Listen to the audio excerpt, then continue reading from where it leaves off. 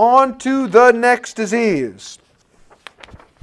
We have a 72-year-old woman, 72-year-old woman with a history of upper GI bleeding, who has developed anemia, an iron deficiency anemia, and she's on oral ferrous sulfate, oral iron replacement.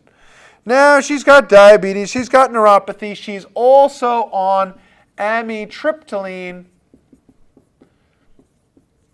for her peripheral neuropathy from her diabetes, her long-standing diabetes, and she's got treated for hypertension, for which she is on the calcium channel blocking agent nifedipine.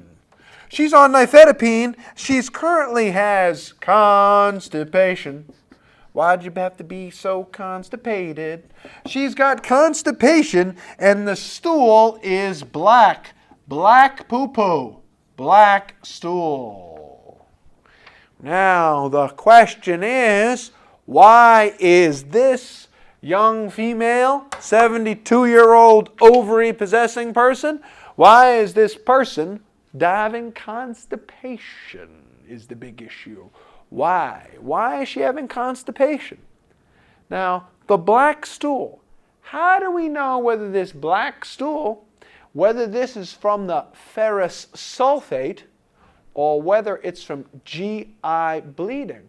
She's got a history of GI bleeding. How do we know that the ferrous sulfate is causing the black stool? Ferrous sulfate, iron replacement.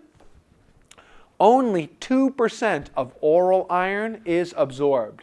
So since only 2% of oral iron is absorbed, it means that 98% of it is there to turn your stool black.